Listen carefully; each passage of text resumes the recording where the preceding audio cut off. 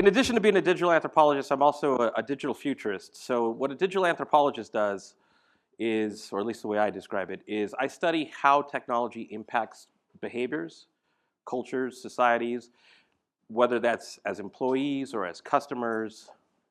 And as a futurist, I play out then what those trends can look like over time to understand what type of decisions we would need to make today to be ready for any of these scenarios. It's probably more important and also difficult to do that at the speed of which AI is accelerating today. But it is also more important than it's ever been. I put together some slides because nothing says innovation or AI like PowerPoint slides. They kind of capture a state of the state so we understand where we are and where we're going. And if anything, I hope it at least inspires you to ask different questions, to think differently as you leave here, to maybe get your arms around it a little bit more than you do today.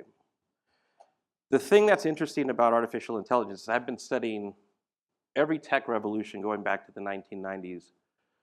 It is the fastest, most sweeping, most expansive technology revolution I have ever seen. I'm pretty sure everybody else who studies technology will say the same thing.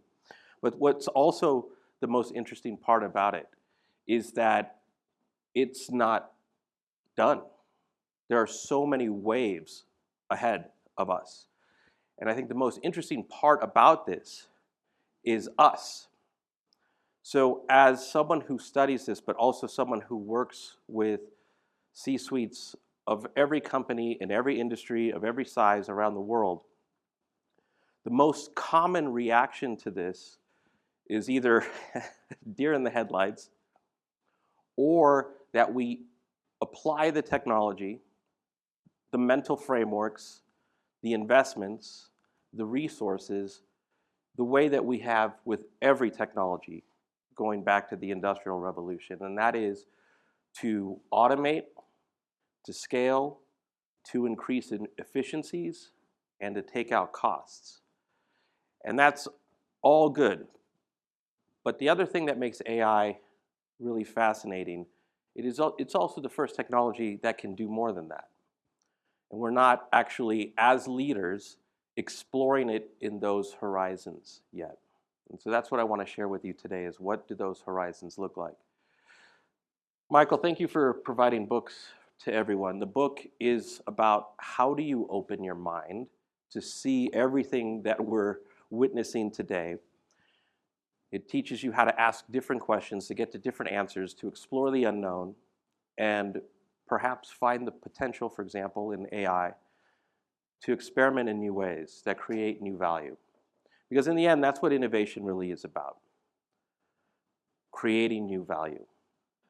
But historically, we have confused the word iteration with innovation. So we see something like artificial intelligence, or we see something like augmented reality, and we say, wow, this is really cool, innovative technology, or really scary technology.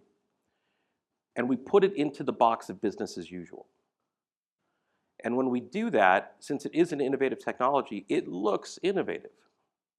Wow, I have AI agents booking my travel for me and filing expense reports. But if you think about that sentence, AI agents, very cool, I have robots doing my work, to book travel and file expenses the way that we have always done it. So that's iteration, doing what we did yesterday better today and tomorrow. Innovation is doing what you didn't do yesterday and creating new value. And this is Sam Altman. He's the CEO of OpenAI, the creators of ChatGPT. And he said that this is the most interesting year, 2024, right, Michael? In human history, except for all future years. And what he means by that is just getting into the mindset of being disrupted every year. Let's just get that out of the way. Let's just assume there's going to be something new and crazy. I study this stuff, and I posted recently online how I can't even keep up with every iteration of these tools and these models. So now I have to take a step back and start studying the macro trends, except for every iteration, what is the biggest impact? And when you zoom out, you recognize that as this stuff starts to add up, The more we think about business as usual, the more difficult it becomes to keep up with this technology. This is Vinod Khosla, one of the most storied venture capitalists in Silicon Valley. And he said that most businesses have no clue what's about to hit them in the next 10 years when most rules of engagement will change. I saw this and I thought, wow, that's super ominous. What does he mean by that? Because he didn't follow it up with anything other than only 200 people in the world are paying attention. That's even worse. Maybe let's make it 201. Let me start figuring this out. What he's saying is that in a world of AI agents, followed by, say, digital employees, we won't be working the way that we used to. We will have access to data that's integrated, that's predictive, that's modeling things out. We'll have quantum in the next 10 years. All of this stuff will unlock capabilities that we're not even thinking about today because we are very busy applying this technology to the work and mindsets that we did yesterday. So the previous wave was flying under the banner of digital transformation. Cloud computing, SaaS, mobile revolution, social media. And studies are now starting to show that most of those investments didn't pan out the way that we had hoped, or at least in ways that were promised to us. And what we're now starting to see in hindsight was that in all of the investments of digital transformation, there was very little transformation. We didn't actually do things differently. We just put the technology into the box of business as usual to scale, make things more efficient, faster, more connected. And so as a result, we're facing the same outcomes if we don't change how we look at this stuff. At the end of the day, it isn't the technology that fails. It's what we do with it that determines the outcomes that we get from those investments. There's two kinds of ROI. There's return on investment, and then there's return on ignorance. And I had to come up with that one because I had to start studying, like, what's the cost of actually not asking different questions? What's the cost of not exploring these in new ways? And it turns out that the key hindrance to transformation isn't machines or AI or technology, it's people. It's leadership, it's vision, it's strategy and execution, because we all know that change is hard. And if we're not told what change is supposed to look like, if we're not told what it feels like, if we don't know what success looks like in incremental steps, if we're not incentivized or motivated or led to be part of this vision, then that transformation's not going to survive. And as a result, we see headlines like this. This was The Economist. What happened to that artificial intelligence revolution? So far, the technology has had almost no economic impact. And so when a publication publishes a headline like that, the first thing I hear from in C-suites is, well, this is hype. Maybe we need to slow down. Maybe we don't need to believe all of this stuff. And then when you start looking at how they're making investments in AI, of course there's no economic impact if you're trying to increase productivity but not measure it, if you're taking out costs but not doing anything different with that resource that you save. For example, one of the most common use cases with artificial intelligence today is in customer service. I don't think even before AI, any of us wake up and say, I hope I get to call customer service today. I'm going to allocate maybe 45 minutes of my time, muster up some anger because I know I'm going to get dropped or spoken to in a rude manner. And so now when we apply AI to that model, okay, now I'm going to put a chatbot in front of you and you're going to hate us even more. We're not even going to help you. So what we do is say, I want to deflect maybe 50% of calls coming into my call center. So I'm going to use AI to basically provide customer service. That's the model. But we don't know why we're doing that. We're just saying we can use technology to do that. So let's say you free up 50% of resources. The number one thing that decision makers start to explore in that horizon is, do we need that headcount anymore? Or could we eliminate it as a redundancy to save money?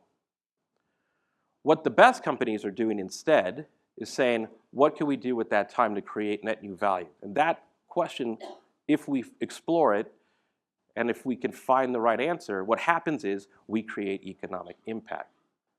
So there's two ways to think about artificial intelligence moving forward. Business as usual and creating new value, iteration and innovation. So let's come back to the people part. Today, most organizations have no vision for AI, other than to, let's explore it, maybe let's take some costs out, let's create some pilots that demonstrate the value that it has in our organization. And so what you start to see are disconnects between employees and the leaders of those organizations. Because at the end of the day, employees hear things like, well, like the customer service example. That's totally a strategy to take away jobs. But when leadership imagines something different in terms of what to do with those jobs or those resources, and we can communicate a vision of how we're going to create new value, what we're essentially saying is AI becomes an enabler to create a new wave of businesses that we didn't have access to before. And that's what the book is about. It's free, so this is not a commercial. It teaches you the frameworks to start to be okay with asking and answering these different questions, because right now, every single study, I just read another one from IBM yesterday, another one from Reuters. This disconnect is only widening. So if you think about iteration and you think about innovation, and you have strategies for both, you're now starting to cover your bases. But I want to introduce two words that are being used a lot in AI that basically say the same thing. One is automation. So we're taking what we did yesterday and automating it. So customer service, for example, or using AI agents to book travel or process your expense reports. And then there's augmentation. So let's go back to the customer service example. If we free up resources because we have a chatbot handling 50% of first round incoming calls, how could we augment people with artificial intelligence to do what they couldn't do yesterday? What are some of the ways that we could create new value? Asking those questions helps us now explore the unknown in ways that we haven't allowed ourselves to do before. So research is starting to find that it's the human condition that's holding us back from thinking bigger. It's also that leaders aren't steering fast enough, they're not communicating where we need to go or what success could look like because they don't know.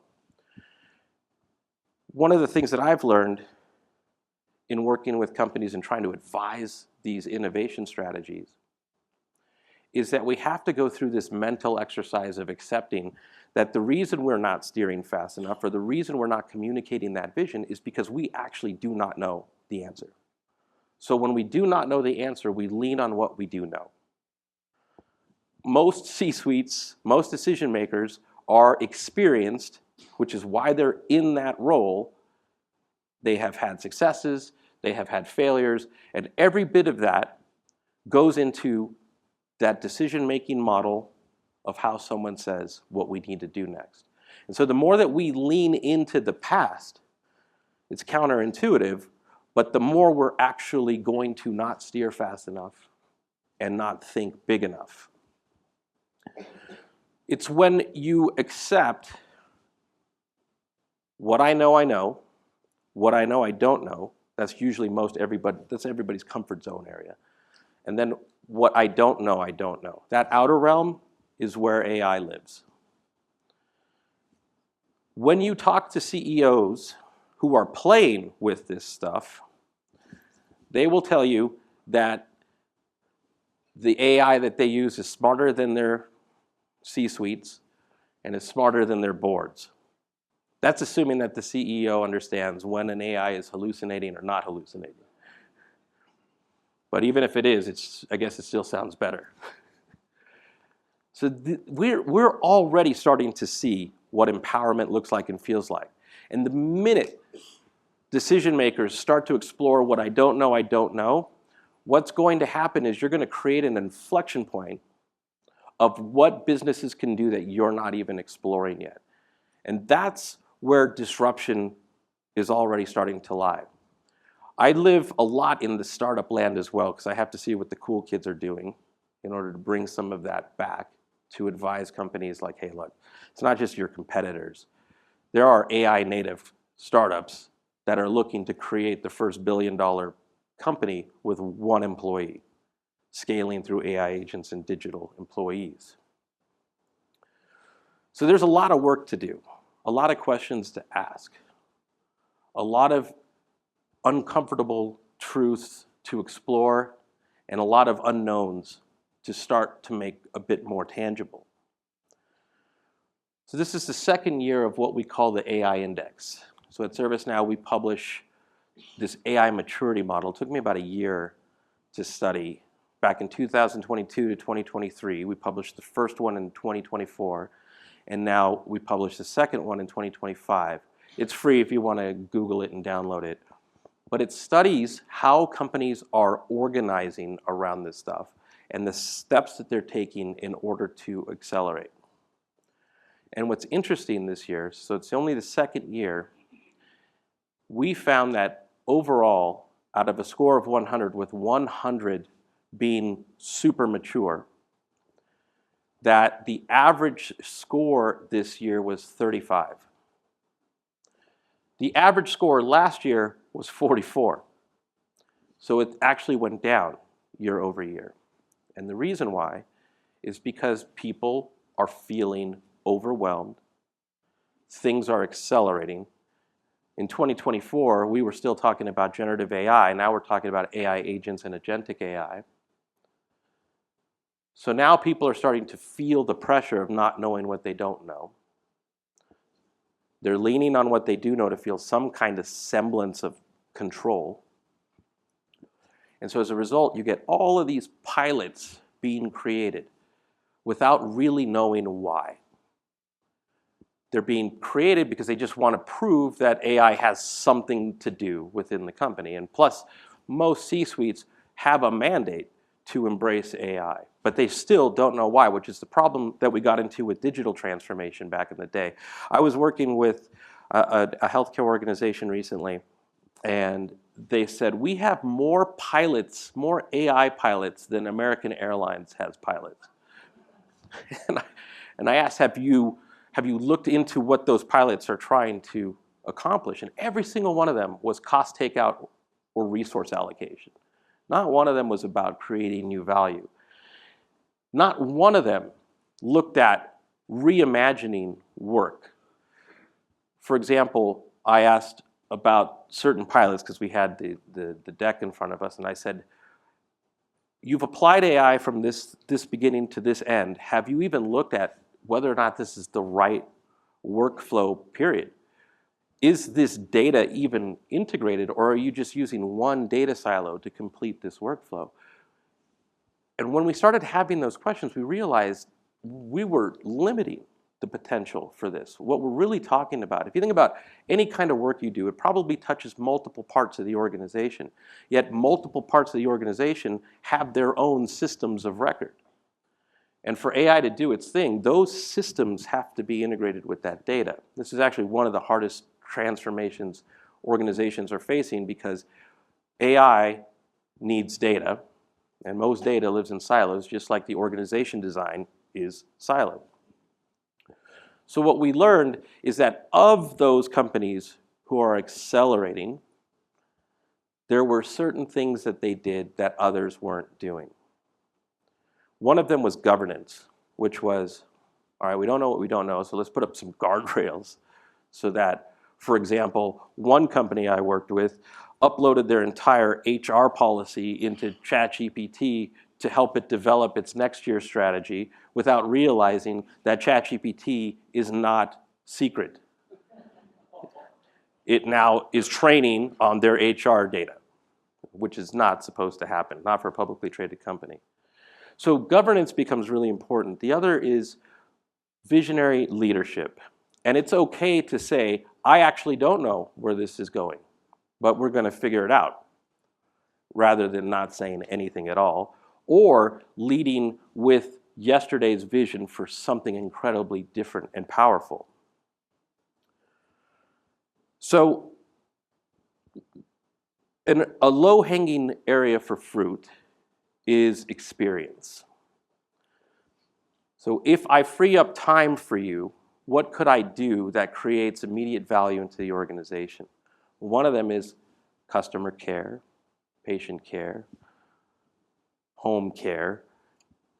Any place where you touch another human being, when people feel like there is a better experience, all studies show that they are willing to pay more for that experience.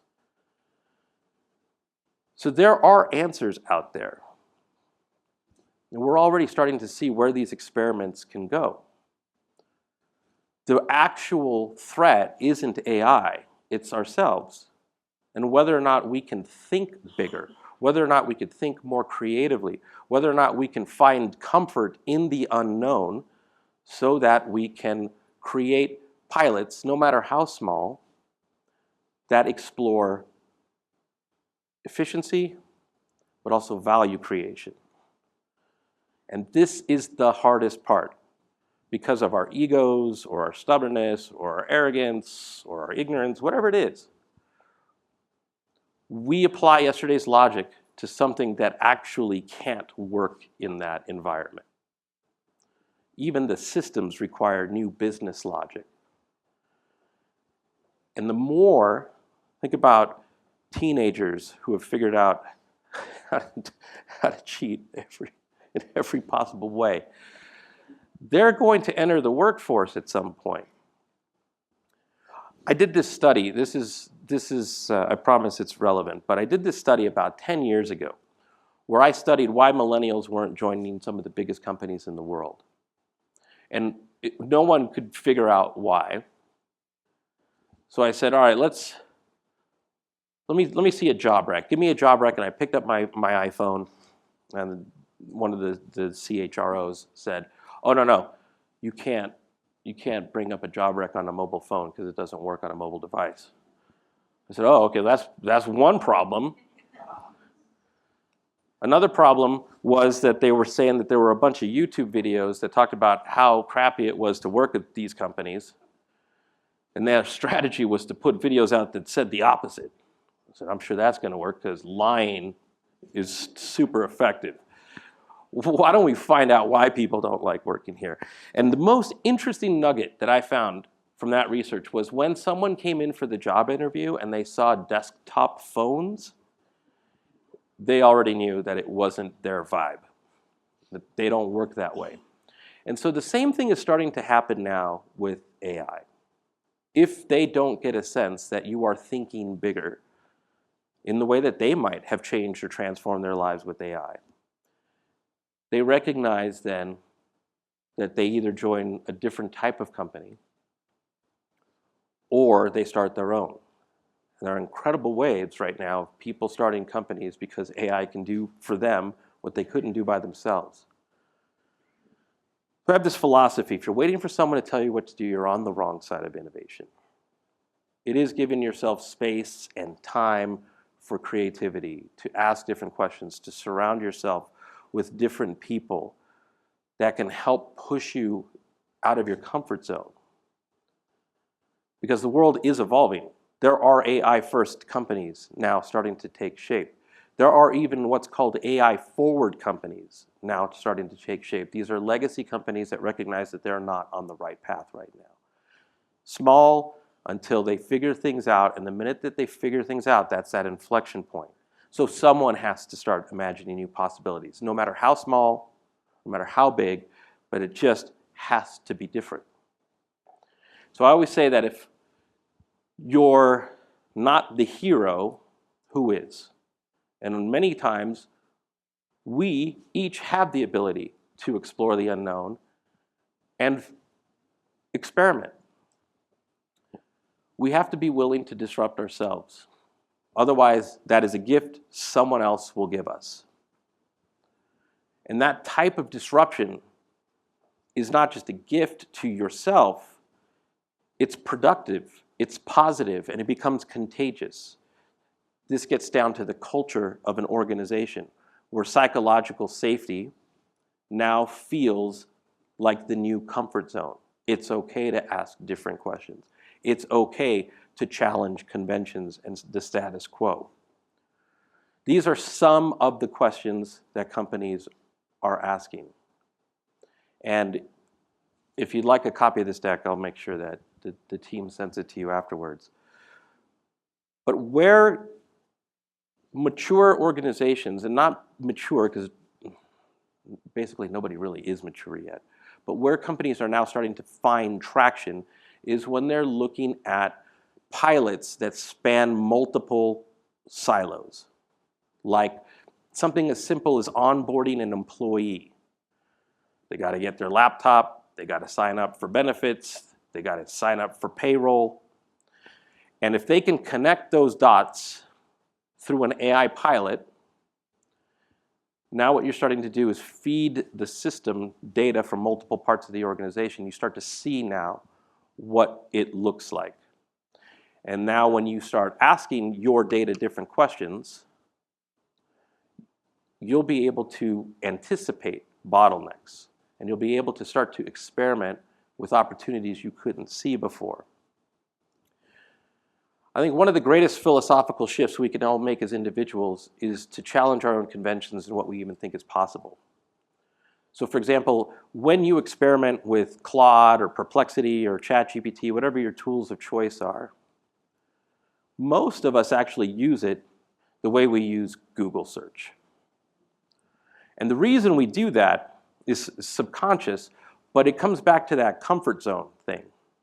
We expect what the outcome needs to be. We're just using the tool to help us get there.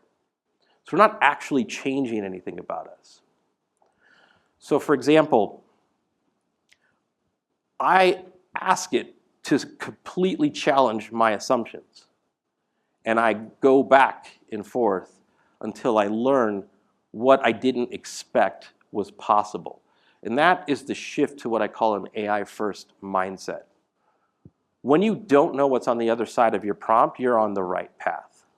I wrote this article. If you'd like to download it, it's also free. It's Harvard Business Review. You just Google Brian Solis and Harvard Business Review. It teaches you 12 steps to embrace an AI-first mindset. And it starts simple, but the prompts get a little bit more complex, but also fun, to open your mind to new possibilities. That AI-first mindset now starts to help you explore possibilities and outcomes that were not achievable before. And it's a partnership. This is where augmentation comes in, because what you're doing is you're literally rewiring your brain to think about outcomes differently. You are now, with AI, able to do things that you were not able to do without it. And AI can deliver outcomes that it couldn't do without you. And that collaboration of having an AI-first mindset changes your trajectory. And that's powerful.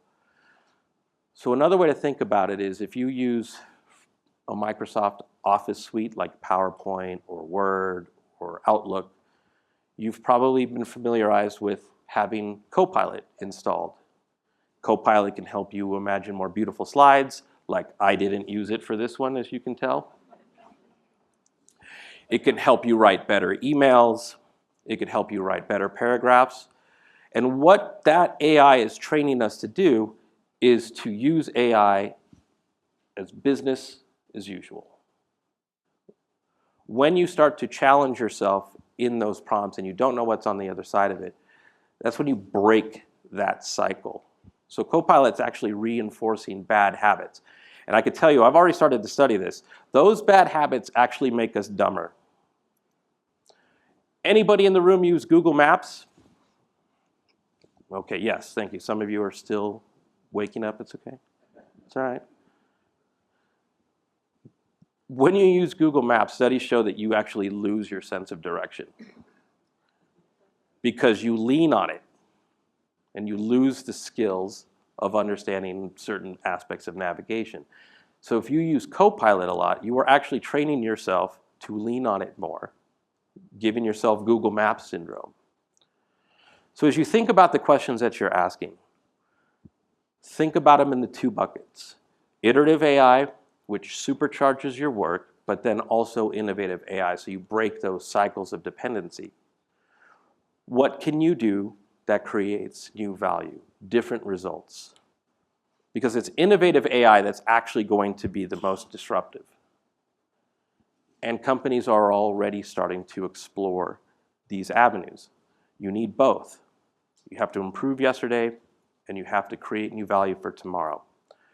And that means you have to challenge your conventions, you have to challenge status quo, and you have to tell yourself it's okay to look at the things we did yesterday and to see if we can do things better or differently tomorrow. Because we have a pattern as human beings of just accepting the status quo or tolerating it even though we know it's not right. For example, this is a bottle of ketchup. I don't think anybody enjoys using it. Yet we all have a strategy for how to get ketchup out of the bottle. Because we had to find workarounds because we never really asked, why is it in a bottle? And then we did ask, what could we do differently? And we got a squeezable format. And so we started to use that. But when you start asking questions, you start to explore outcomes that you didn't expect. So for example, this blew my mind.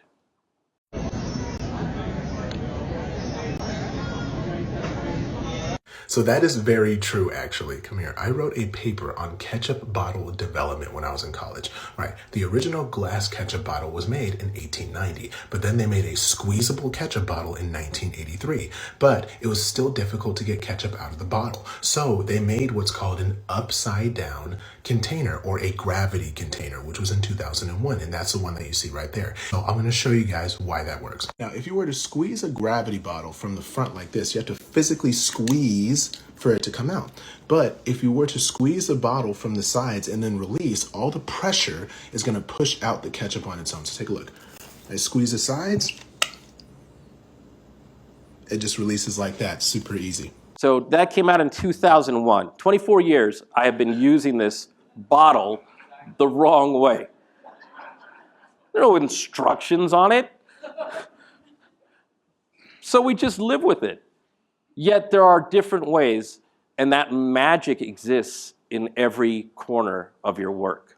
There is a ketchup bottle everywhere in your work. And what happens when we start to then have that AI-first mindset to challenge the outcomes that are possible, or that we didn't know were possible, you break the legacy mindset, but more so you break the output that's attached to that legacy mindset. And it creates exponential opportunities. And exponential is the key word here. As you're changing yourself and you're changing your team to embrace this AI-first mindset, but also to embrace asking questions, psychological safety, looking in new directions and trying to find different answers, that's the transformation. It's the individual transformation that then scales across teams, and it becomes a human transformation. So for example, when we ask these questions, we limit ourselves to that linear cycle. How do we do this faster? How do we do this cheaper? How do we increase frequency? All good questions to ask, but remember, you need two buckets leaving here. One is iteration, and that's the best you'll ever get with questions like this. AI first is now starting to ask the questions that maybe we were afraid to ask, questions we found annoying, questions that we felt might be too complicated or too expensive to ask. But now these questions are starting to be asked. And when they're asked, they're answered. And when they're answered, you shift the trajectory. So if you think from business performance perspectives, economic perspectives, that linear line is now the iterative AI. You're essentially using AI to create a new status quo, but it works. But if you don't augment it with innovative approaches to game-changing approaches to AI, you leave it to someone else who does it. And so this disruption, the delta between the two outputs, is either productive disruption, so you're disrupting yourself, or someone else is disrupting you. And these models are actually healthy. Once you start changing your mindset to explore, you become the disruptor. Even in the smallest of instances, you start to learn what that feels like, what that looks like, and you create a new comfort zone. Because the world is only going to continue to evolve while we're figuring these things out. There's automation. India just created the first ChatGPT homework machine. This machine will write out all your assignments in your own handwriting. All you have to do is position the paper in the right spot. It even turns the pages for you. As ChatGPT use becomes more common among students, tools like this might make it harder for educators to determine what's real and what's automated. Personally, I feel like if you're smart enough to build an entire machine that automates your homework, you should never have to do homework again. Right? Brilliant. Not surprising, or maybe surprising, but that's iteration, right? That's iterative AI, because he's still doing homework the way that he used to do homework. Now it's just an intelligent robot doing his homework. So the iterative AI can look amazing like that. But now we have to start asking ourselves different questions, like what are we going to do with time saved? If we use AI to free up resources, what does that look like? Well, that's called augmentation. And this requires a strategy. So for example, when we hear about the fear of losing jobs, you don't hear the counter argument to say, oh no, but we're reimagining what to do with that time, how we're going to upskill you. This is what the roles of the future look like. These are the things you need to learn today. This is how you supercharge yourself with AI. Because there's answers to every single one of the things that we fear and what to do differently. This is leadership. This is how you explore exponential performance, exponential outcomes. And so I now start to train myself with that AI first mindset by using a hashtag, WWAID. I constantly remind myself of that. What would AI do? When I come to any decision I need to make, any strategy, any question I have to answer, I know what I would do. My experience gets me to that point. And that's the problem. So I ask, what would AI do? And I come to that question, I come to that prompt ready for augmentation, where AI now means augmented intelligence, where I can do what I couldn't do without it, and AI is going to do what it couldn't do without me. And this is what augmented looks like. These are the Meta sunglasses that have microphones, they have cameras, they have AI built in. I have these glasses and I love them. But she's blind, and she's going to show you how she augments her day with these glasses. Not only that, but they're amazing for those who are blind or low vision, because you can use the glasses to ask Meta AI about almost anything that it sees, and you can get pretty specific with the questions too. Hey Meta, look, what section of the store is this? This is the dog treats section. Hey Meta, look, what kind of treats are these? The package says Red Barn Protein Puffs Training Treats. It's a high-protein treat for dogs, made with natural ingredients and no artificial preservatives or flavors.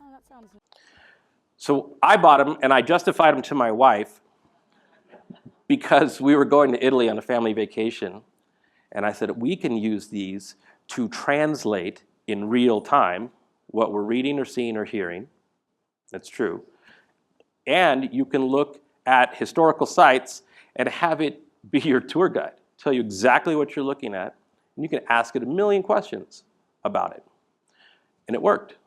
She never asked about it again. And so when the next model comes out, I'm ready.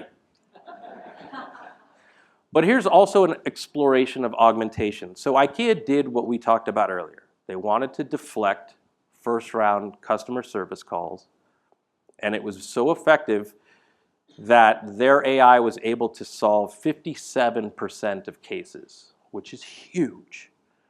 And when it's that huge, that quickly, you now face an economic decision about what do you do with that staff. Because right now, an iterative mindset would say, take out those costs, save money. Now we're using AI to automate, but an augmented leader would ask, well, what's happening to the other 43%? What can't they solve? What is the AI not delivering?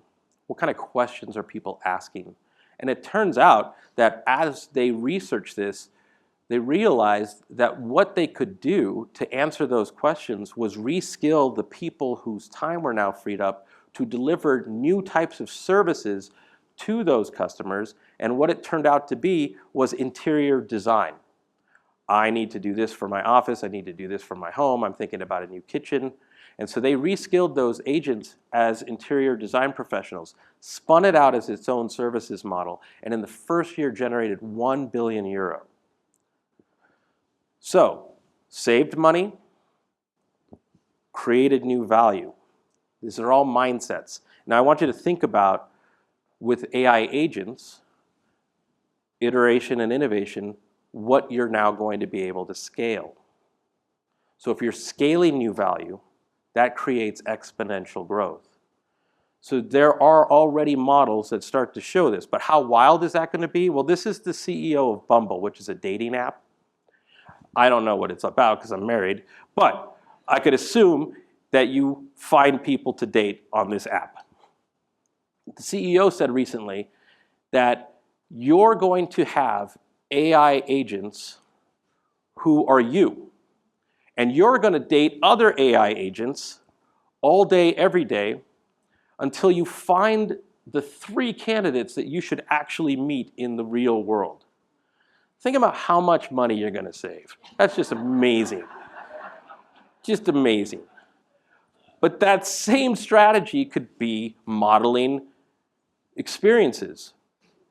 That same model can twin your services that you're considering. IKEA could have tested this interior design model at scale using AI-powered digital twins. So we're moving into a world now that not only do we not understand or can't envision, but it's just moving ahead. So we now have to start thinking about the things that are either uncomfortable or unknown, because companies are now starting to solve for this. We see dark factories where they don't even turn on the lights because the robots can do their work in complete darkness. The same with warehouses. You see this in Amazon. So now we're starting to see what the construct of a 24/7 business could look like. So as this evolves, take that step back to give yourself the space to have a macro view, because it's easy to be overwhelmed by all of these things now. So I left you in this deck the types of questions that are gaining the quickest traction with organizations. So when you get this, we won't go through them all right now. Feel free to just let them inspire you. Maybe it'll inspire different questions that you might have. But what I want to leave you with today is a reminder that in reality, I work with some of the smartest people in the world, and they do not have it figured out. But what they are doing is they are asking different questions. They are giving themselves space for what this could look like in its most craziest scenarios. Because at the end of the day, if you're not exploring those, then you can't achieve them. So that model of giving yourself space for that iteration or that automation, and then innovation or augmentation, helps you now start to figure it out so that your vision is unique to your organization, but the people on your teams believe that they also can lean in. Because the definition of a great leader is someone who creates a future that would not have otherwise happened. And this is your moment. Thank you very much.